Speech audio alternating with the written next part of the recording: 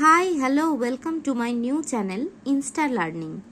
এই চ্যানেলের মাধ্যমে আমি তোমাদের ইংলিশ লিটারেচার সম্পর্কে ইনস্ট্যান্ট কিছু তথ্য দেওয়ার চেষ্টা করব। আজকের সেই রকমই আলোচ্য বিষয় হলো the life of Galileo, written by Bertolt Brecht. এটা ছিল একটা খুব উল্লেখযোগ্য প্লে,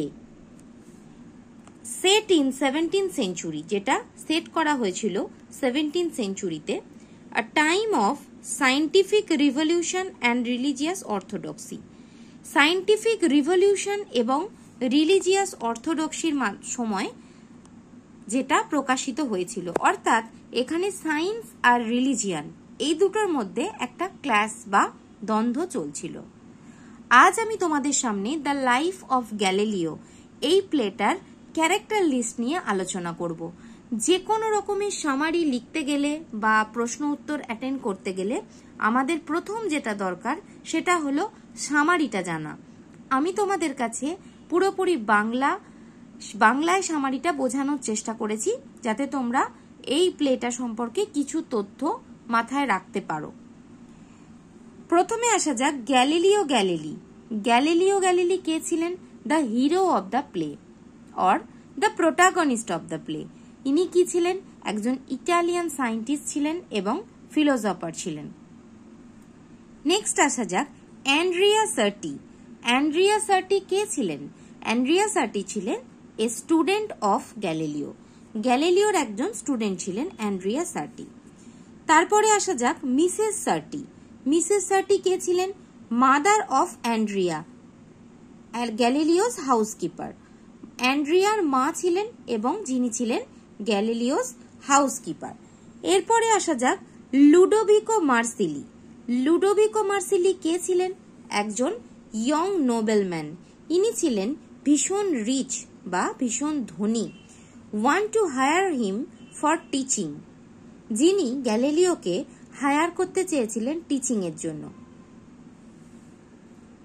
এরপর আসা যাক ভার্জিনিয়া। ভার্জিনিয়া কে ছিলেন? ভার্জিনিয়া ছিলেন গ্যালিলিওস ডটার বা গ্যালিলিওর কন্যা। স্যাগ্রেডো। স্যাগ্রেডো হচ্ছে ফ্রেন্ড অফ গ্যালিলিও। গ্যালিলিওর ফ্রেন্ড ছিল স্যাগ্রেডো। ফেডারজনি। ফেডারজনি, দ্য লিটল মঙ্ক, এগুলো কিন্তু গ্যালিলিওর স্টুডেন্ট ছিল। ক্রিস্টোফার ক্লভিয়াস। ক্রিস্টোফার ক্লভিয়াস ছিলেন কার্ডিনাল বেরারমিন। কসিমো দে মেডিসি, কার্ডিনাল বারবিনি, যেটা বললাম। এইগুলো খুব ছোট ছোট ক্যারেক্টার ছিল, কিন্তু যে মেইন ক্যারেক্টারগুলো ছিল সেগুলো হচ্ছে এই যে উপরের দিকের ক্যারেক্টারগুলো। এইরকম একটা ক্যারেক্টার ওরিয়েন্টেড প্লে ছিল দ্য লাইফ অফ গ্যালিলিও। এখানে মেনলি গ্যালিলিওর জীবন কিভাবে কেটেছে বা তার জীবনী নিয়ে আলোচনাটা মেনলি করা হয়েছে। এটা তো গেল ক্যারেক্টার লিস্ট।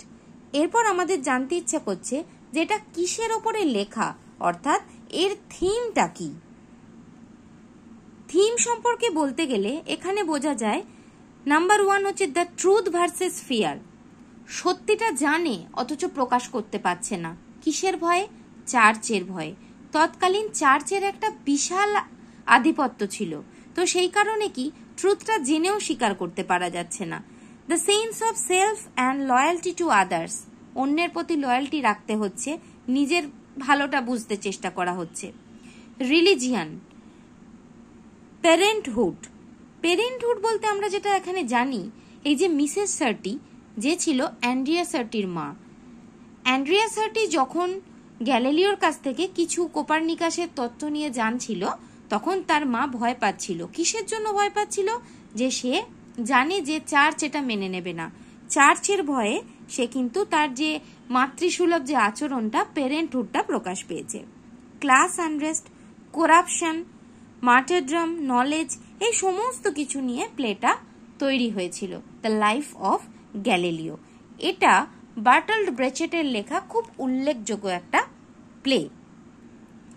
আজ আমি তোমাদের ক্যারেক্টার লিস্ট নিয়ে কিছু বললাম আর থিম সম্পর্কে বললাম। আমার পরবর্তী যে সমস্ত ভিডিও আছে সেগুলো একটু দেখে নিও এর সামারি দেখার জন্য। আজ তাহলে আমি এখানেই শেষ করছি আমার ভিডিওটা। তোমাদের যদি এই ভিডিওটা পছন্দ হয়ে থাকে এবং যদি এই ভিডিওটা থেকে তোমরা উপকৃত হও তো অন্যদের সাথেও শেয়ার করো, আর লাইক করতে ভুলো না। আর কিছু যদি জানার থাকে তো অবভিয়াসলি কমেন্ট করে আমাকে জানিও। ওকে, থ্যাংক ইউ ভেরি মাচ। চলো, গুড নাইট।